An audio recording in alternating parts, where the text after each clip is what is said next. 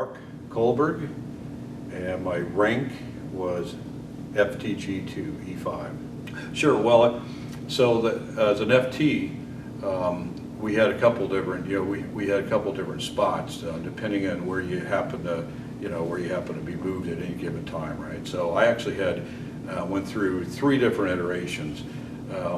So at one point in time, I was actually my general quarters. I went up about 5 levels. I'd be manning as one of our directors up, up on top, up on the side, and either as a radar operator or we also had, it's kind of hard to explain it. Our director, the whole thing moved, and then our radar dish basically had a vertical elevation, right? So you had one guy with a wheel that could go, azimuth. You had another guy that did vertical, and then the radar operator would be looking for targets. And then we always had an officer, and he had his own hatch, and he had almost like a little handlebar over there where you could actually, what we call it is a slew, and he could actually turn it and actually slew the director around. That was one position, that was one area. Then we also had a plotting room. So in the plotting room we had our computer,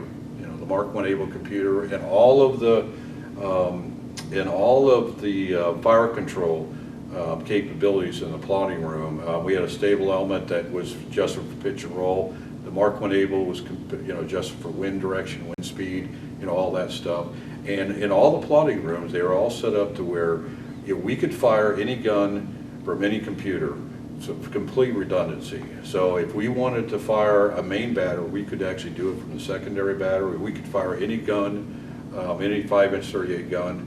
So I was in the plotting room on occasion. And then we had another room that had what we call a TDS system, target designation system, and it's basically a scope, and you're looking at, and you'll see a target on that too. And we could actually acquire a target from there, and then hit a button, and then if the director up there would then slew to that target and come online and start tracking from that.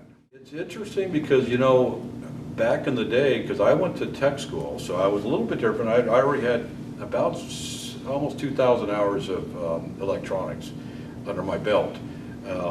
But I started initially training on tube theory. This is way before digital, right? Digital was there, but it was, it was coming along, right? So all of my schooling, all my theory was actually based on a lot of tube theory, right?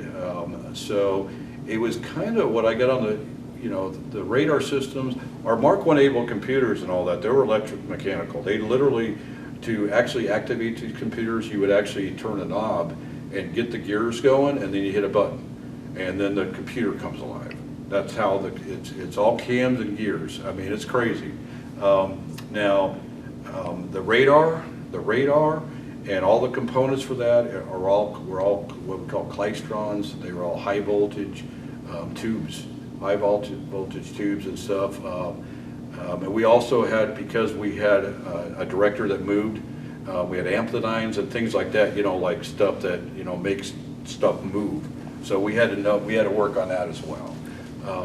So yeah, I mean, I would say the bad was that it was older technology, but the good is that you couldn't just take a card out and pop it out and pop another card in. You had to troubleshoot.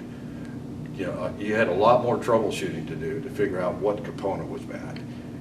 Because you didn't have and we had what we call PMS cards, maintenance cards and all that stuff. So we went through when we were on duty, because for example, over Beirut, we were on duty. We did 8 on, 12 off, 12 on, 8 off. We did a port and starboard duty.